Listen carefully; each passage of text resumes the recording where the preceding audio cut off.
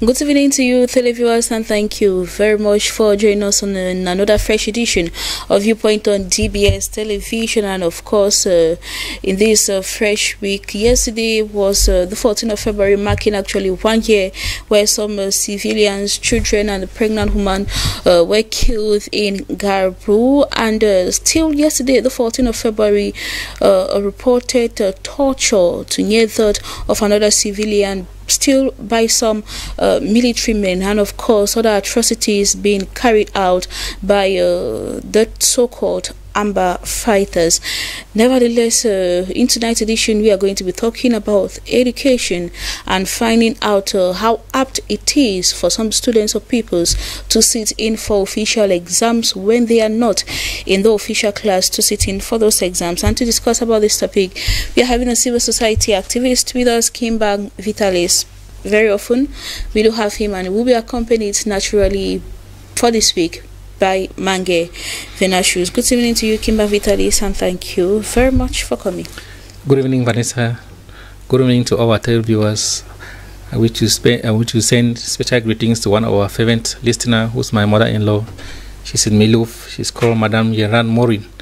And I also wish to say happy new Valentine's Day in areas to my wife, Madame Kiyun Evon. All right. Mange Venashus, good evening and welcome. Good evening, Vanessa. Happy week starting. Same to you, and for those who are celebrating love, like Mr. Kambang is still coming back, day after. It has its place. And I want to extend greetings to especially workers like teachers who are already back into duty after a hefty, a very charged week that led up to the Youth Day celebration last week. It would have been a very tense moment for them when they had to make sure that they let the young ones understand the impact of the National Youth Day in their lives, Vanessa. In their lives. And of course, it was a moment where they were sensitized further on some issues happening within the school milieu. And of course, like the president said, they need to shun all those ills and think of how they could participate in the fullness or like appropriate development of Cameroon as a whole. Actually taking part, participating in the building up of the nation by shunning evils like drug addiction, drug consumption, and all forms of evils that have been making them not to be able to fully take part. And remember, the head of state promised them that the political space would be open for them to fully take place in the nation building as relation to, with this process of decentralization and putting in place of institutions aimed at doing that. So we think that the young people understood that and would be taking necessary steps in order to seize those opportunities and, participate in the building of Cameroon. Of Cameroon. Let us also wish to send my condolences to the General Manager of Camtel, Madame Yaachidi Achu, who lost the father, Colonel Sunday, last Sunday. All right, let us have the first part of the show.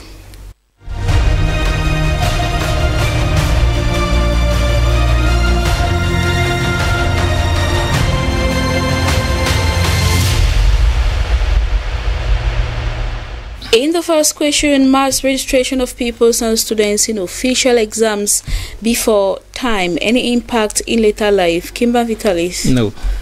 No. Mange Venashus, your opinion? Yes, Vanessa, there is an impact. Yes, there is. And is there anyone to be blamed for such act? Mange Venashus? Yes, Vanessa. Yes. Vitalis? No. No. Let us have the debate.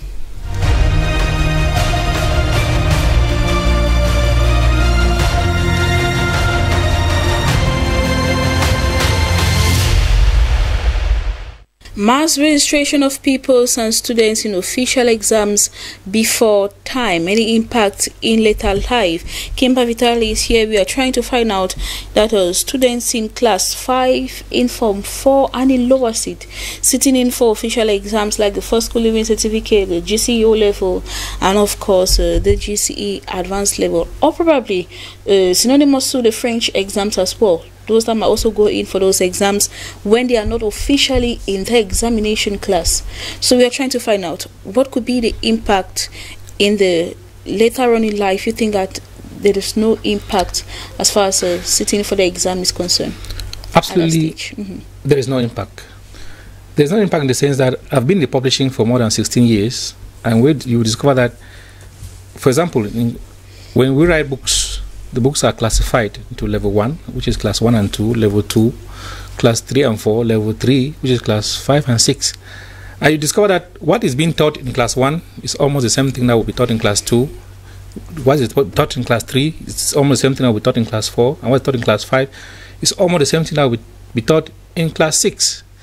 So if you have a child that is bright, that can follow the teacher very well, because you discover that in most of these classes, for example, in class 2, what they are doing in class 2 is that they are revising what they did in class 1. What they are doing in class 4 is that they are revising what they did in class 3. And what they are doing in class 6, they are revising what they did in class 5. So if a child is a bright child and is able to follow up very well and reaches class 5, and he or she decides to write the common trans or the first school, I don't see any problem with it. I only see problem where a child is not bright, where she has problems of understanding, but the parents are now forcing her to sit for the exam. Let me take an example of myself. My daughter was in class 5, and she sat for the final year in class 6 with class 6 pupils.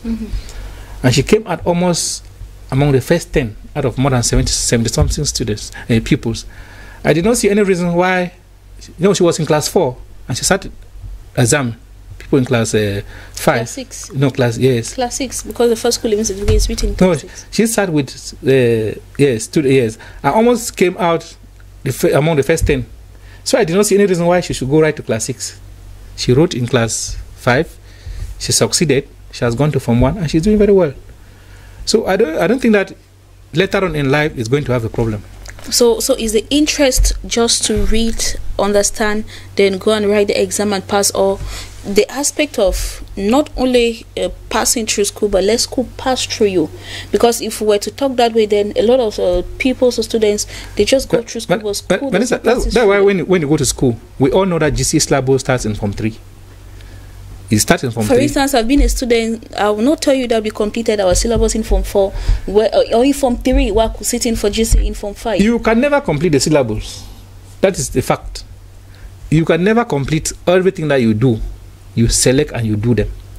You cannot say you did all the economic topics from class from 3 to 5. Yes, or you did history. But at least you cover 95%. You finish all the history books. 95% of it, you do cover it. Yes, you do. How many people do understand? Because there are some people that can read for 1 year and they will understand more than somebody who has been reading for 3 years. That's a fact. So if somebody writes and pass, I don't see any reason, and I don't see any consequence in the future. Because once you apply for a job and you are taking, almost all the companies, they do what is called a probation period. During the probation period, you are being taught on how that company operates. And now we are living in a modern world where most of the things are being done using a software. Once you are able to understand the software of that particular company, you can work with no problem. So in another way, are you trying to say that maybe class 6 Form 4 and lower 6 be suspended, since they can write? No, for slow learners can go through all those processes, but fast learners, they can, if they end on the way, no problem. Okay, we have had cases where somebody writes in Form 4 and he has 11 subjects, and somebody writes in Form 5 and he's not able to pass. And that should be just luck, but I don't think our pedagogues will agree with that.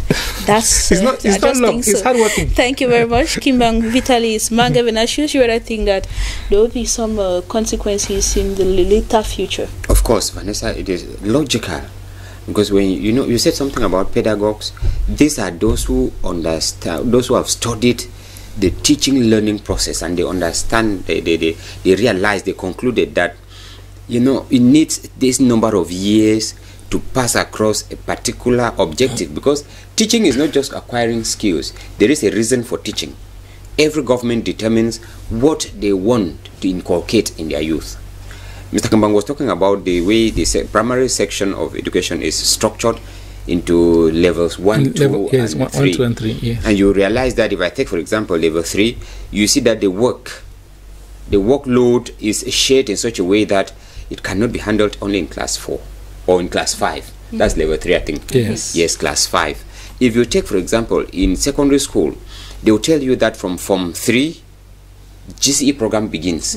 Form 3, Form 4, Form 5. You are assumed that you would have covered the area within which the GCE is evaluated. And for the English subsystem of education, you would understand that it does not end in Form 5. It is like the first cycle you are introduced into the second cycle. That is why when you start studying history, they talk about the First World War in Form 3. They will talk about the First World War in Form 4, the First World War in Form 5, and in lower 6, they still talk about the First World War. Which means if you skip it in Form 5, you would have skipped a section of that First World War that you may not understand. If you write the GCE in Form 4, you can pass, because you are not evaluated on everything. If evaluation was done on every topic, we can understand that. You may just be, I always call it a kind of, you were lucky. You were just lucky that you had to pass, because you happen to have read that section that you were being tested on, and you passed. Because you will not tell me that a child in Form 4, if you ask him what was supposed to be taught in Form 5, what was not taught in Form 4, even if the child is a fast learner as what, I don't think that child will be able to grasp it. The child is the fast learner from what was taught. It was not yet, it has not been taught yet. I don't think that child will be able to have it. Not everything is being taught. There are some students that will read ahead of time, ahead of teachers. That is true. And they will understand. That is true. You said, you gave example of history. The First World War started in 1914. Yes. When you reach Form 5, it's not going. So you study in Form 3. They will not tell you that it started in 1920. That's it remains the same. Yes. So there are some students that once they get the topics and they have access to the books, they read ahead. Now we are in modern world. Yes. Students even research in the internet. And they go before teachers. Even some of them even reason and go before teachers. That is true. History, yes. When we take, for example, history, that is possible, like you are saying.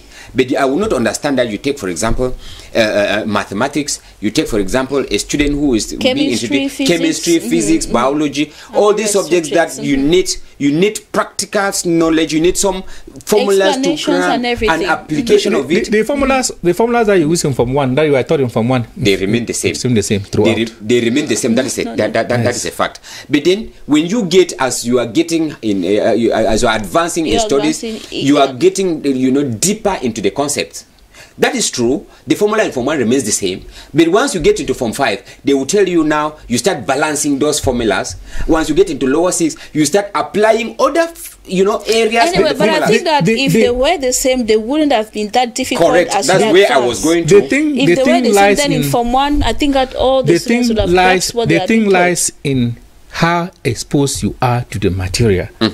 For example, when I was in Form 5, since my father was a literature teacher, I've already read books that they were using in lower 6, yes, and upper 6.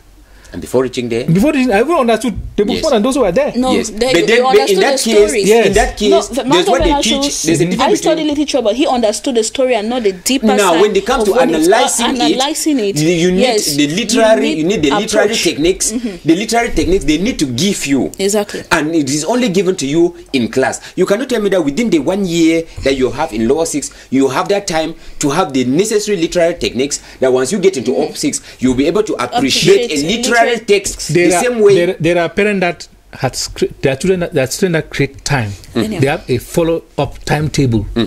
And there are students that don't even have time. Exceptions, that is why I'm saying that those few exceptions, if they write in lower 6. Let Venatius finish with his point. So that's what I was saying.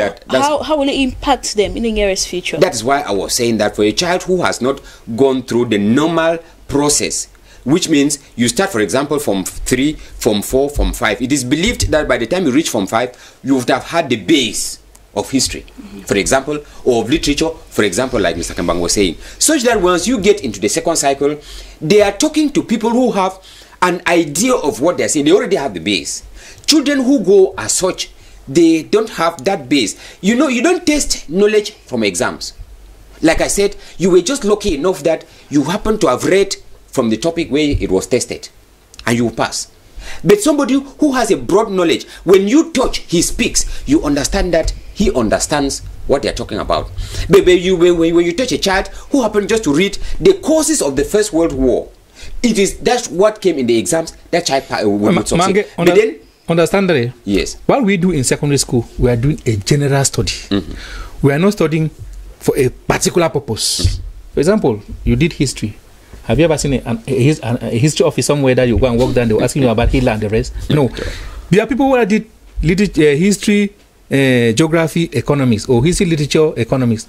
Okay, they take you to go and work at the port, at the Cameroon Port Authority. Nobody will be asking you about what Hitler did, because it's not, you don't even need it there. That is true. Once you have the probation on what is needed, yes, job site, you force ahead, apply it. What we do is that we do a general, we lay a general foundation. Yes. As far as education is concerned. The reason for this general foundation is to make sure that it disposes you to be able to have that drilling, because actually in every profession has its own kind of, call it the modus operandi. Yeah. Now, once you get there, in course of drilling you do what we call apply knowledge. Not that you will come and they start asking you what genre of literature did you. No. But the point here is, get somebody who, because they are laying a foundation for your studies, not for work. Because once you get into lower 6, they are talking about genre of history, of literature, you understand. They are talking about literary techniques in trying to appraise the literary text, you understand. That is why in lower 6, you can understand. But a child who never did completely right up to Form 5 would have problems, because they are talking to... Provided that child is in the teaching corps. All right, Kima Vitalis, yes. I will take this example. You did chemistry, physics, and mathematics, and you want to become a journalist, for example. And you come to DBS television. Do you know we have to start afresh, teaching you as a student the basics of journalism? Yes. That is starting something back all over. Meanwhile, had it been you studied maybe literature, or you went to the university and you took some courses as far as communication is concerned, there you already have the basis for you to enter into that profession. But you coming out with a blank knowledge of what journalism is all about, we are teaching you back afresh. That is giving us a double task of laying the basis of what you are talking about. Meanwhile, had it been you went to school the normal way, then they will just be teaching you now the practical part of it. Yes, but somebody can come. So in that case, somebody can come who did history or who did economy, chemistry, and this, and he even come. When you teach him, he will even perform more than you. No, he's going to read and perfect his skills. No, there you talk of people who have the passion for the job. There's this book by Sanda Eba. No, those are those that have the passion for the job. There's this book by Sanda Eba. Those that have the natural talent for the job. Yes. There's a book by Sanda Eba, The Good Food by Sanda Eba. I thought that this Good Food of Sanda Eba did literature in school. That was a mathematics teacher. But we have people who have done, they did literature, and they cannot even produce a single paper. That is a fact. Yes. So it depends on how the ambition that those you have. Those are few exceptions. Yes. But then when we're talking of the few exceptions we have. Yes, but when we're talking of the recent trend, mass registration of peoples. Yes. And when you see it now, the question you are asking is, are these children who are being registered into examination classes, into official exams, who are not in examination classes, would they be able to display those kind of abnormal of exceptional cases no, like you're highlighting? Where I have a problem is that in most cases, some proprietor, they will go and bribe. You are rounding up so that we'll get the second part of the question. Some proprietor will go and bribe so that children will pass. Those are the children that I have problem with. But those that have registered and have written genuinely and they have succeeded, I don't have a problem with them. All right. Is there anyone to be blamed for such act? Mangavina shoes, you think that, yes, there are people to be blamed? Yes, I have 3 sets of people involved here that we need to blame them. I will talk of the parents.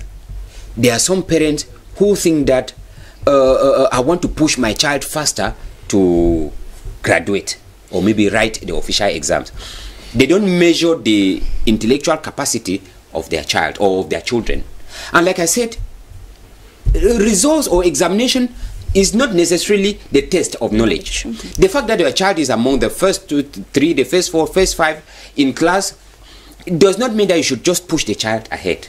So some parents actually push their children to register such exams, and they go on. It's true you can have graduates who are still young, but the weight, when it comes to the real world, when they finally graduate and get to work, you discover that they cannot be able to support the weight in the professional milieu, because naturally they are not yet, there is not yet a capacity. They will write and pass. But when you put them into the constraints of the profession, they may not be able to withstand. I blame parents first. Another one, I will blame the teachers or the school concerned. There are some teachers who think that for you to obtain favors, because I talk of favors, teachers understand what I mean exactly. To obtain favors from some parent, and most of these cases, well-to-do parents, for you to obtain such type of favors, you need to prove to them that their children are intelligent. And some teachers even go up to the point of telling parents that you can register this child. We want to register this child. We think that this child is fit for, for official exams. And on some schools, like Mr. Kambang was saying, some schools believe that if we register children in class 5 and they pass, it shows that we are teaching in this school. And this will be cases where, when you do like that, you are pushing children, unconsciously ahead without measuring the consequences ahead of them. And then the last one I want to look at is maybe some students or the pupils concerned. Because I saw my classmates or A or B registering all levels in Form 4. I also want to push my parent. I also want to register in Form 4. I also want to register in Class 5, or I want to register in Lower 6, without measuring if my capabilities are the same, like that of my classmate, like that of my friend who is going in for these exams. I think when you put the parent, the teachers or the schools and the pupils, these are those who are involved, in this mass registration, Vanessa. Thank you very much, Mange Venashus. You are blaming the parents, the teachers, and some students. Kimbang Vitalis, you rather think that we should not blame anyone for this? No, I will not blame anyone, because the only thing that can show that you have gone to school is your certificate. Once you have the certificate, it is okay. No matter how intelligent you are, if you don't have a certificate, nobody is going to see you. If they say, okay, that the one workers in this company bring certificate, you don't bring, because you think that you are very clever. But do you know that there are people who have certificates who have not gone to school? Very good. That's why we say that the way they have structured our system, educational system. The only thing proves that you are intelligent is a certificate. So if you don't have the certificate and you think that you are very clever, nobody is going to see you. Nobody would employ you without a certificate before testing your capability. They first of all look at a certificate before they employed you. So if somebody is capable of writing the GCE or the common trans in class 5, write the GCE in lower seat or Form 4, and obtains it, I don't see any problem with it. Let's say that the only problem I have is when some schools, they bribe the invigilators so that they can allow children to copy and pass. That's where I have problems. Yes, because there are some schools that we know very well that they always have 100% all in list A. It is not because their teachers are super teachers. Their teachers are ordinary teachers that have been trained in all these ordinary teacher training colleges. But I always blame them, because once they write the common trans, they want to manipulate and say, no, we had 100%, 100A, 100%, 100A. Doesn't mean that when your child goes to that school, they remove the brain and they put their own brain into that child. No. So that is where I have the blame. But if a child genuinely is intelligent, yes. I had a case where my daughter was in school. She was always among the first two. The teacher came and asked me that I should give her for extra classes. I told the teacher, no. Why should I give my daughter for extra classes when she's performing well? The next time, my daughter was number 12 in class. So those are the type of teachers that I discourage. But if somebody is genuinely passing, what is wrong with it? I don't blame anybody. That's my stand. That's my stand. That's your stand. So, Mange Venashus, if you have to advise these students that want to sit in for these official exams without being officially in the class, what will you tell them? I simply discourage them. I'll tell them not to. All right. You are categorically for the fact that they should not. Because in one way or the other, it will come back on you. You would go to the next class, is true. You would go to the next level, is true. But you will be confronted with those who had a solid base. It's like the Bible says, don't build on shallow foundations. Don't build on a shallow base. You are building on a shallow base because you think that you know. Like I said, they never tested everything that you read. They happen to have picked 1 or 2, 3 topics, and fortunately for you, those were the topics that you read and you passed. Mr. Mange, there's something in Cameroon. Once you go for an interview, they don't ask you what you know. They ask you the type of certificate that you have. There are people that are working with people in the same office. They don't have the certificate, but they can do the job more than those who have the certificate. Of course, that's but true. Those who have the certificate are receiving salary, better salaries more than them. So when you look at it, you discover that in order to save yourself from this stress, you better run and have the certificate and satisfy the job market. The job market. Yes. Because you want to sit and know, I know. And I say the only thing that can say that you know is a certificate. Example, there are some people that once in the office, they have nothing to do. A time will come when it's what you know that would. For example, you are a military man. You have been told to manipulate the gun. What do we know? What do we do again? All right. Thank you very much, gentlemen. Thank you very much, Kima Vitalis, for coming. Thank you very much. It's my pleasure to be here. Mange Venantius, we hope to have you tomorrow again. Tomorrow will be there, Vanessa. And probably we might be coming up with some innovations. So while the production team is still working on that, ladies and gentlemen, do stay tuned to DBS Television, and hopefully all of us will be surprised and amazed with the beautiful things that might be coming up. I keep it as a surprise. Stay tuned. Coming up at 7 p.m. you're having the primetime newscast with Cynthia Nguemo, and at 8 p.m. with the newscaster. Goodbye.